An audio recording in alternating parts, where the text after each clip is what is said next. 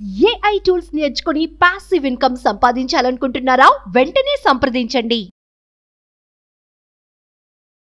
నమస్కారం సుబ్బారావు గారు. నమస్తే అండి. ఈ మధ్య పేరెంట్స్ పిల్లల్ని హాస్టల్లో జాయిన్ చేయించేస్తూ ఉన్నారు. ఎక్కువగా చూస్తూ ఉన్నామండి మనం. అయితే నిజానికి ఒక పిల్లల్ని హాస్టల్లో జాయిన్ చేయించే ముందు ప్రతి పేరెంట్ తెలుసుకోవాల్సినటువంటి విషయాలు డెఫినెట్గా కొన్ని ఉంటాయి. ఎస్ అండి. ఎందుకంటే మనం ఆలోచించినట్టు పిల్లలు ఆలోచించాలని లేదు. ఎస్. మనతో పెరిగినంత మాత్రాన పిల్లడు మనతో పాటే ఉన్నాడు కదా, మన ఐడియాలజీను మన మైండ్ సెట్ ఉంటుందని మనం అనుకోము. ఇప్పుడు వైఫ్ అండ్ హస్బెండ్లోనే 2 బ్రెయిన్లు ఉంటాయి. అవునండి. థర్డ్ బ్రెయిన్ పిల్లలు అనేది. సో ఒక్కొక్కరిది ఒక్కొక్క థాట్ ఉంటూ ఉంటుంది. బట్ డెఫినెట్గా ప్రతి పేరెంట్ మీరు తెలుసుకోవాల్సినటువంటి అవసరం ఉందమ్మా. ఈ వీడియోని షేర్ చేయండి కుదిరితే ప్రతి ఒక్కరికి. మీరు పిల్లల్ని హాస్టల్లో పంపించే ముందు ఈ విషయాలు మాత్రం గమనించండి. ఏ విషయాలు పరిగణలోకి తీసుకోవాలంటే. ఎస్ అండి. ఇప్పుడే మీరు ఒక మాట అన్నారు నాగరాజు గారు, పిల్లలు పేరెంట్ మైండ్ సెట్ కూడా ఒకలాగా ఉండదు. ఉంటే అందరి మైండ్ సెట్ ఒకలాగా ఉంటే సమాజం అభివృద్ధి చెందదు. సో ఆ పిల్లలు ఎంత ఎత్తుకైనా ఎదిగేటువంటి అవకాశం ఉంటుంది. సో ఈరోజు చాలా కాల్స్, సార్ మా వాడిని హాస్టల్లో జాయిన్ చేయాలి, హాస్టల్లో జాయిన్ చేయాలంటే ఎక్కడ జాయిన్ చేయాలి, సో అనేటువంటి ప్రశ్నలు చాలా ఎక్కువ వస్తున్నాయండి. ఈ వీడియోకి వాల్యూ యాడ్ చేయడానికి మీ అనుభవాలు కూడా కావాలి. ఎందుకంటే మీ యూనివర్సిటీలో చాలాసార్లు మనం మాట్లాడుకునేటప్పుడు ఆ అనుభవాలు వస్తూ ఉంటాయి బయటికి. అవును. సో మనం మాట్లాడే కాంటెక్స్ట్ అంటే 12th వరకు పిల్లలు అయినప్పటికీ కూడా సో ఆ అనుభవాలు కూడా ఇక్కడ క్రోడీకరిస్తే అక్కడ వచ్చినటువంటి ఇంప్రూవ్మెంట్ కానీ లేకపోతే మీలో ఉన్నటువంటి చేంజెస్, మీకు అక్కడ ఆ సందర్భంలో వచ్చిన చేంజెస్ దీనికి చాలా యాడ్ అవుతాయి. డెఫినెట్గా సార్. 6th క్లాస్ నుంచి పీజీ వరకు హాస్టల్. పీజీకి వచ్చారు, నేను సుమన్ టీవీలో జాయిన్ అయ్యేంత వరకు హాస్టల్. నా పెళ్లి కాకముందు వరకు హాస్టలే. ఓకే, పెళ్ళి అయిన తర్వాత మరొక హాస్టల్, పెళ్ళి అయిన తర్వాత ఇంక ఇల్లు కొత్త హాస్టల్. రైట్ అండి. సో ఇక్కడ నేను మొట్టమొదటిగా పేరెంట్స్ అందరికీ చెప్పేది, పిల్లల్ని హాస్టల్లో జాయిన్ చేయడానికి ఉన్నత విద్యాభ్యాసానిక లేదా వారి యొక్క క్యారెక్టర్లో మరింత మార్పు తీసుకురావటానిక లేదా రెండింటిక లేదా పిల్లల్ని మనం భరించలేక వేస్తున్నామా? సో ఇది ఒక్కసారి మనం అందరూ కూడా ఆలోచించాల్సినటువంటిది. ఖచ్చితంగా భరించలేక వేస్తున్నారా అని నేను అనట్లేదు, కానీ అలా ఉన్నప్పటికీ వాళ్ళ యొక్క ఉన్నత విద్యాభ్యాసం వాళ్ళ యొక్క ఉజ్వల భవిష్యత్తు కోసమే వేస్తాం. కానీ అక్కడ ఉన్నటువంటి వాటిల్లో చాలామంది అకాడమిక్ మాత్రమే మనం పరిగణలోకి తీసుకుంటామండి. కానీ ఇక్కడ అందరూ చూడాల్సినటువంటి 3 ప్రాథమికమైనటువంటి స్కిల్స్ని మనం చూడాలి. మొట్టమొదటిగా అకాడమిక్స్లో ఇంప్రూవ్మెంట్ కానివ్వండి, రెండవది పర్సనాలిటీ డెవలప్మెంట్కి ఒక పునాది పడుతుంది హాస్టల్ అనేటువంటిది. సో ఎలా పడుతుంది అనేటువంటిది చూద్దాం. మూడవది అదర్ స్కిల్స్. సో మరింత వివరంగా వీటిలోకి వస్తే అకాడమిక్స్లోకి వచ్చేటప్పటికండి మొట్టమొదటగా పిల్లలకి ఫోకస్ పెరుగుతుంది అనేది మొట్టమొదటి కారణం. ఎందుకంటే ఇంటి దగ్గర ఉన్నటువంటి డిస్టర్బెన్సెస్ ఉన్నాయి అని పేరెంట్స్ అనుకుంటారు. ఉన్నప్పటికీ వెదగాలి, అది సహజమైనటువంటి కార్యక్రమం. కానీ ఆ ఇబ్బంది కూడా ఇవ్వకూడదు, ఫోకస్ ఇంకా ఎక్కువ పెరగాలి అనేటువంటిది మనం హాస్టల్లో వేస్తామండి, మొట్టమొదటి కారణం. రెండవది వాళ్ళ అకాడమిక్ పెర్ఫార్మెన్స్ పెరుగుతుంది అనేటువంటిది రెండవ కారణం. మూడవది ఫెసిలిటీస్కి యాక్సెసిబిలిటీ వస్తుంది. అంటే అక్కడున్న టీచర్స్ని ఎక్కువ కలవటానికి అవకాశం ఉంటుంది, వాళ్ళతో డౌట్స్ నివృత్తి చేసుకోవడానికి అవకాశం ఉంటుంది, ల్యాబ్స్ అంటే లైబ్రరీస్ని యాక్సెస్ చేయడానికి అవకాశం ఉంటుంది, లేదా పీర్ గ్రూప్తో వాళ్ళ డిస్కషన్స్కి ఎక్కువ అవకాశం ఉంటుంది అనేటువంటిది 3 ప్రధానమైనటువంటి కారణాలండి.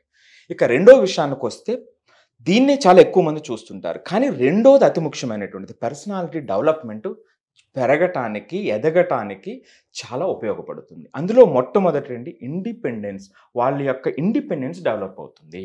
సో మొట్టమొదటిగా ఎందుకంటే మన ఇంటి దగ్గర నుంచి మన ప్రొటెక్షన్లో ఉన్న పిల్లవాడు ఒక్కసారిగా స్వతంత్రత అనేటువంటిది వస్తుంది, వేస్తే వచ్చేటువంటి బెనిఫిట్స్ క్వాలిటీస్. ఎస్, స్వతంత్రత అనేటువంటిది మొట్టమొదటిది. రెండవది వాడికి బాధ్యత పెరుగుతుంది. సో నేను పలానా చోట వచ్చాను, మా నాన్న లేదా మా అమ్మ ఇక్కడ జాయిన్ చేశారు అని వాడికి భవిష్యత్తు మీద బాధ్యత పెరగటానికి ఒక విత్తనం నాటినట్టు అవుతుందండి. రెండవది అవ్వాలి అని నా ఉద్దేశం. సో మూడవది అడాప్టబిలిటీ, అంటే అక్కడ ఉన్న పరిస్థితుల్ని అర్థం చేసుకుని అడాప్టబిలిటీకి వస్తుంది. నాలుగవది సహనం పెరుగుతుంది. అన్నీ మనం అనుకున్నట్టుగా ఉండవు, అయినప్పటికీ మనం అడ్జస్ట్ అవ్వాలి అనేటువంటిది. సో మన హాస్టల్ పర్సనాలిటీ డెవలప్మెంట్ని కూడా దాని మీద కూడా కేంద్రీకృతం కావాలి. ఈ లక్షణాలు పిల్లలకి సరైన హాస్టల్ ఉంటే పొందుతారు అనేది నేను చెప్తున్నది. ఇక మూడవది అదర్ స్కిల్స్. అందులో మొట్టమొదటిది సోషల్ స్కిల్స్. మిగిలిన వాళ్ళతో మనం ఎలా ఉండాలి, రెండోది బడ్జెటింగ్ అని మనీ వస్తుందండి. మీరు చిన్న లిమిటెడ్ అమౌంట్ ఇస్తారు.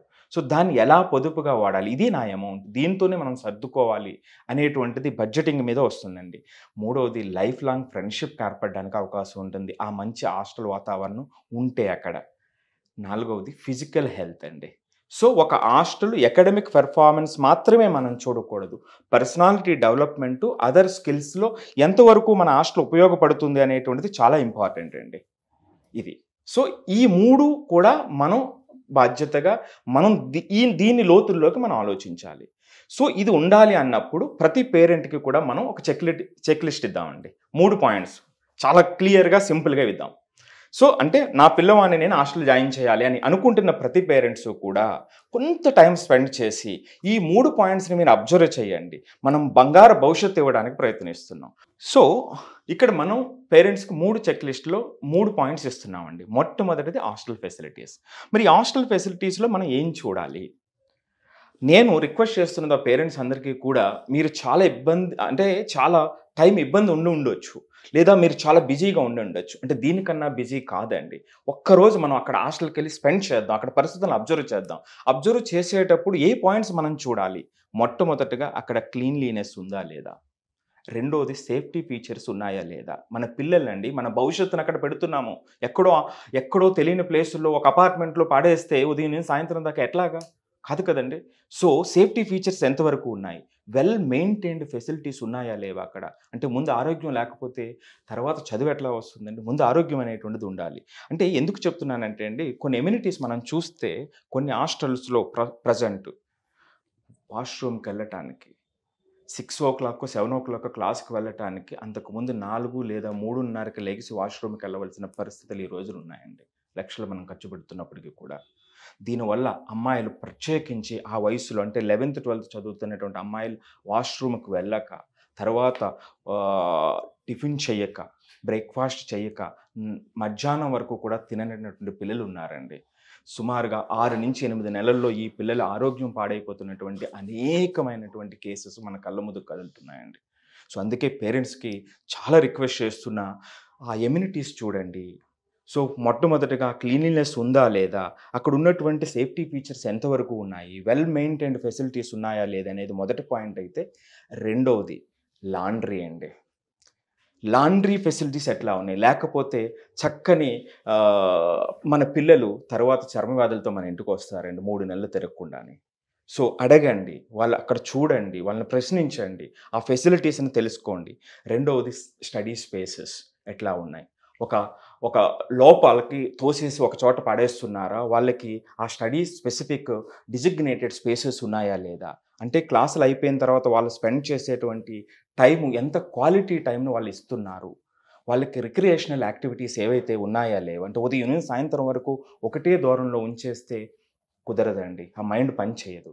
సో కాబట్టి మొట్టమొదటగా హాస్టల్ ఫెసిలిటీస్లో ఈ పాయింట్స్ని ఒక్కసారి గమనించండి, వెళ్ళండి, కొంత టైం స్పెండ్ చేయండి, దీన్ని వ్యాలిడేట్ చేయండి. అప్పుడు వాళ్ళకి ఆ హెల్దీ లైఫ్ స్టైల్ వస్తుంది. ఇది మొదటి మెట్టు అండి. రెండో విషయానికి వస్తేనండి, మెంటల్ వెల్ బీయింగ్. ఈ స్ట్రెస్లో, ఈ కాంపిటీషన్లో ప్రెషర్ కుక్కర్ ప్రపంచం అండి ఇది. ఈ రోజున ఆ ప్రెషర్ చాలా ఎక్కువ ఉంది. సో ఈ ప్రెషర్ ప్రపంచంలో మెంటల్ వెల్ బీయింగ్ లేకపోతే వాళ్ళ శక్తిని వాళ్ళు తెలుసుకోలేరు. సో కాబట్టి దానికి ఒక సపోర్టివ్ సిస్టమ్ కావాలి. దీనికి మొట్టమొదటిగా ఒక చెప్తాను, చాలామంది పిల్లలకి మొట్టమొదటిగా హాస్టల్కి వెళ్ళేటప్పుడు ఇనీషియల్ హోమ్ సిక్నెస్ ఉంటుందండి. అవును, కొన్ని రోజుల పాటు. సో మరి అక్కడ వ్యవస్థ దాన్ని ఎలా క్యాటర్ చేస్తుంది, ఎలా రిమూవ్ చేస్తుంది? నేనైతే 6th క్లాస్లోనే మా ఇంట్లో వాళ్ళు హాస్టల్లో పెట్టేశారని చెప్పి, అక్కడ పిల్ల ఉంటుంది కదా సార్, మొహం మీద వేసుకొని ఏడ్చుకుంటూ ఎన్ని రోజులు ఏడుస్తూ ఉన్నారు? అయింది సార్, అంటే ఆల్మోస్ట్ ఒక 1.5 year అయితే అది హోమ్ సిక్ పోలేదు. ఓవర్ పీరియడ్ ఆఫ్ టైం నాకు అర్థమైపోయింది, అంటే జీవితం ఇలానే ఉంటుంది. సో మా పేరెంట్స్ వదిలేసి బయటికి రావాల్సిన అవసరం ఉంది, ఈ పరిస్థితుల్లో ఎదగాల్సిన అవసరం ఉంది అనేది. నాకు అప్పుడు మా ఫాదర్ 10 rupees ఇచ్చేసి వెళ్ళిపోయారు అంతే. ఇంకా అంటే అప్పుడున్న ఫైనాన్షియల్ స్టేటస్ కి అంతే. ఇప్పుడు మీరు అవన్నీ చెప్తుంటే నాకు మా అబ్బాయి గుర్తొస్తున్నాడు. మన హాస్టల్లో వేసేస్తే వాడు కూడా నాకు ఇలా ఏడుస్తాడా అనే థాట్ వచ్చేసి, తర్వాత మీరు చెప్పారు కదా, సేఫ్టీ సెక్యూర్ మెజర్ చేసుకోవాల్సినటువంటి అవసరం ఉంది. నిజంగా మీరు చెప్పినట్లు కొన్ని యాజ్ అ పేరెంట్ నేను కూడా చెక్ చేసుకుంటాను. నా అనుభవం వేరు చిన్నప్పుడు, బట్ ఇప్పుడున్న జనరేషన్ వేరు. ఇప్పుడు ఏంటంటే ప్రతిదీ లగ్జరీయే ఉంది చుట్టుపక్కల. ఇప్పుడు నేను చదివినప్పుడు అంత లగ్జరీ లేదు. మా నాన్నగారు 10 రూపాయలు ఇచ్చారని నేను 10 రూపాయలు ఇస్తే కుదరదు కదండి ఇప్పుడు. అవును, నేను చదువుకున్నప్పుడు రేకుల షెడ్ ఒకటి ఉండేది. నా బాల్యం అంతా ఒక పూరి పాకలో జరిగింది. అంటే స్కూల్ కూడా మాది పూరి పాకే, పాక, ఒక చిన్న పాక లాంటిది. కొంచెం పెద్ద అయిన తర్వాత రేకుల షెడ్కి వచ్చింది అది. తర్వాత కొంచెం ముందుకెళ్తే పెంకుటిల్లు, అంటే వాటిల్లో జరిగింది. అక్కడ నుంచి కట్ చేస్తే నేను ఆంధ్ర యూనివర్సిటీకి వచ్చాను. ఆంధ్ర యూనివర్సిటీ, అందుకే ఇందాక అన్నాను ఈ ఆంధ్ర యూనివర్సిటీ లేదా హాస్టల్ చాలా సార్లు మనం మాట్లాడుకున్నప్పుడు వస్తూ ఉంటాయి. నాకు ఈ చెక్ లిస్ట్ బాగా నచ్చిందండి. థర్డ్ నెక్స్ట్ అండి, ఇందులోనే ఇంకొకటి అండి, కమ్యూనికేషన్ ఛానల్స్ అండి. అంటే వీళ్ళు మనకి పేరెంట్స్కి ఎలా కమ్యూనికేట్ చేస్తున్నారు అనేది కూడా చాలా ఇంపార్టెంట్. చాలా మంది ఆ గేట్ల దగ్గర పడిగాపులు కాస్తారండి. ఈ దారుణం ఏమిటంటే మన పిల్లల్ని అక్కడ జాయిన్ చేసి మనం వాళ్ళతో మాట్లాడడానికి పడిగాపులు కాయవలసిన పనే ఉందండి. ఒక సిస్టమ్ ఉండాలి కదా. అది రెండవదండి. ఇక మూడవది, ఈ ప్రయాణంలో మీరు ఇందాక చెప్పినట్టుగానే లో ఫీల్ అవుతారండి. అది సహజం. మరి అప్పుడు సిస్టమ్ ఎంత హెల్ప్ చేస్తుంది మనకి? అది డెఫినెట్గా చెక్ చేసుకోండి. మాకు చిన్నప్పుడు వార్డెన్స్ ఉండేవాళ్ళు కాబట్టి, ఈవెన్ అంటే ఏ మాట కానీ మమ్మల్ని పలకరించేవాళ్ళు, మాట్లాడేవాళ్ళు వార్డెన్స్. అయితే అప్పట్లో సిస్టమ్ కూడా బాగానే ఉండేది హాస్టల్స్లో. అండ్ కొంత ఇది ఉండేది, బట్ డిస్టర్బెన్సెస్ అయితే డెఫినెట్గా ఉండేది. అంటే ఎలా పడితే అలా ఉన్నట్టు ఉండేది, పొద్దున సాయంత్రం తేడా లేకుండా ఉన్నట్టు ఉండేది. బట్ వాళ్ళ ఏంటంటే ప్రతిదీ చెక్ లిస్ట్ పెట్టుకుని చూస్తే మాత్రం సేఫ్టీ, సెక్యూరు, అంటే పిల్లలకు కావాల్సినటువంటి ఆ సైకలాజికల్ డిస్టర్బెన్సెస్ ఏమైనా ఉన్నాయా, పిల్లోడు ఏ ట్రామాలో ఉంటూ లైఫ్ని లీడ్ చేస్తున్నాడు. కొంతమంది పిల్లలు అయితే హాస్టల్లో ఉండే సూసైడ్ చేసుకుంటూ ఉంటారు. బట్ వాటిని కూడా మనం అబ్జర్వ్ చేయాల్సినటువంటి అవసరం చాలా ఉంది. సో చెక్ లిస్ట్లో మాత్రం మానసికంగా బాగుంటానికి కావాల్సినటువంటి క్వాలిటీ ఉన్న హాస్టల్ ఇదే కాదా అనేది కూడా మీరు చెప్తారు. అంటే సరౌండింగ్స్ మీకు చెప్పేస్తాయి. ఇందాక సుబ్బారావు గారు ఒక మాట అన్నారు, చదువుకునేటప్పుడు ఆ స్పేస్ క్రియేట్, అంటే ఎన్వైరన్మెంట్ ఉందా లేదా అనేది చెక్ చేసుకోండి, దాన్ని బట్టే మీకు అర్థమవుతుంది అని. అక్కడే ఆ స్పేస్ చెప్పేస్తాను మనకి. నేను ఈ 2 పాయింట్కి ఒకే ఒక సెంటెన్స్లో చెప్పేస్తానండి. అక్కడ రెస్పెక్టబుల్ సిస్టమ్ ఉందా లేదా? వార్డెన్ ఉంటారు, అందరూ ఉంటారు. ఆ సిస్టము ఒక గౌరవంతో కూడిన సిస్టమ్ ఉందా లేదా అనేది చాలా ఇంపార్టెంట్ అండి. ఈ 2 పాయింట్లకి ఆ ఒక్క సెంటెన్స్ చాలన్నమాట. ఇక మూడవదండి, లాస్ట్ది ఎడ్యుకేషన్లో సపోర్ట్ అండి. చూసారా, అంటే ముందు ఫెసిలిటీస్ ఉంటాయి, తర్వాత మెంటల్గా మనం రెడీ చేద్దాం, తర్వాత ఎడ్యుకేషన్కి వద్దాం. మనం ఓన్లీ ఎడ్యుకేషన్ చూస్తాం. అవును, నెక్స్ట్ ఎడ్యుకేషన్ చూద్దామండి. ఎడ్యుకేషన్లో సపోర్టింగ్ సిస్టమ్ ఎంతవరకు ఉంది, ఆ అకాడమిక్ గైడెన్స్ ఎంతవరకు ఇస్తున్నారు, ఆ క్వైట్ స్టడీ స్పేసెస్ ఏదైతే ఉన్నాయో అక్కడ ఎంతవరకు మనకు ఆ సపోర్టింగ్ ఉంది, ఆ డిసిప్లిన్ ఎన్వైరన్మెంట్ ఉంది అనేటువంటిది చూడాలండి. సో దీనికి ఎగినెస్ట్గా పిల్లల్ని లేబుల్ చేశారు, వీడి చదవడు అని వదిలేసి లేబుల్ చేసి లీవ్ చేసేస్తున్నారు, వాళ్ళని వదిలేస్తున్నారా? అరే ఈ 2 సెక్షన్ల పిల్లలే చదువుతారు, వీళ్ళకి అందరూ పనికిరారు. అరే పనికిరానప్పుడే కదా ఎడ్యుకేషనల్ ఇన్స్టిట్యూట్లో వాళ్ళ బాధ్యత మరింత పెరగాల్సింది. అవును, లేకపోతే మనకేముందండి, వాడికే వస్తే అక్కడ దాకా రావాల్సినటువంటి అవసరం లేదు కదా. సో ఆ లేబుల్ చేసి లీవ్ చేసేస్తున్నారా, రోట్ లెర్నింగ్కి అలవాటు చేసేటువంటి పరిస్థితులు అక్కడ ఉన్నాయా అనేది ఒక్కసారి చెక్ చేయండి దయచేసి. ఆ పిల్లలకు ఉజ్వలమైనటువంటి భవిష్యత్తు రావటానికి మీరు నేను ఇచ్చేది కాదు, వాళ్ళ మనసుల్లో ఆ శక్తి ఒక్కసారి వాళ్ళకి అర్థమైతే ఇక లిమిట్స్ ఉండవండి. దట్స్ వాట్ ఐ బిలీవ్ అండి. థౌజండ్స్ ఆఫ్ పిల్లల్లో మనం చూసేటువంటిది అదేనండి. సో ఫైనల్గా అండి, ఇక్కడ ఈ ప్రయాణంలో కొంతమంది టీచర్స్ హెల్ప్ చేస్తారండి, అందరూ కాకపోయినా వాళ్ళకి హ్యాట్స్ ఆఫ్ అండి. ఒక్కళ్ళు అలాంటి వాళ్ళు దొరికిన ఆ ప్రయాణం అద్భుతం అవుతుందండి. సో ఫైనల్గా మనం ఇక్కడ చెప్పేటువంటిది ఏమిటంటే, ప్రతి 15 రోజులకి లేదా 3 వారాలకి పేరెంట్స్ మొట్టమొదటగా వాళ్ళ మెంటల్ వెల్ బీయింగ్ని ఒకటి చెక్ చేసుకుని, ఆ తర్వాత సెక్యూరిటీ అండ్ సేఫ్టీ మెజర్మెంట్స్ని 2వ పాయింట్గా తీసుకుని, 3వది వాళ్ళ ఎడ్యుకేషన్లో ఉన్నటువంటి గ్రోత్, పెర్ఫార్మెన్స్ ఏదైతే ఉన్నారా, హై కాన్సంట్రేషన్. సో ఈ 3 పాయింట్లు ప్రతి పేరెంట్స్ 15 డేస్ 20 డేస్కి చెక్ చేసుకుంటే వాళ్ళకి కావలసినటువంటి ఆ శక్తి వాళ్ళకి ఖచ్చితంగా వెళ్తుందండి. సో ఫైనల్గా మనం చెప్పేది, ఈ డెసిషన్ తీసుకునే ముందు, హాస్టల్లో జాయిన్ చేయాలనుకునేటువంటి ముందు మొట్టమొదటగా మీ యొక్క పిల్లల యొక్క పర్సనాలిటీని ఒక్కసారి అర్థం చేసుకోండి. మీరేదో అక్కడ హాస్టల్లో జాయిన్ చేయాలని కాదు. రెండోది, హాస్టల్ని విజిట్ చేయండి, ఈ పాయింట్స్ని పరిగణలోకి తీసుకోండి. సో ఫైనల్గానండి, ఈ నిర్ణయం తీసుకునేటువంటి ముందు ప్రతి 21 రోజులకి ఆ పిల్లల్లో ఒక పర్సనాలిటీ డెవలప్మెంట్లో చేంజెస్ వస్తాయండి, మానసికంగా పర్సనాలిటీ ఎవ్రీ 21 డేస్కి. సో ఆ సందర్భంలో దీన్ని జాగ్రత్తగా గమనించండి. ఆ మార్పులకి మీతో ఓపెన్ కమ్యూనికేట్ చేసేటట్టుగా పిల్లలు వ్యవస్థను ఏర్పాటు చేసుకోండి.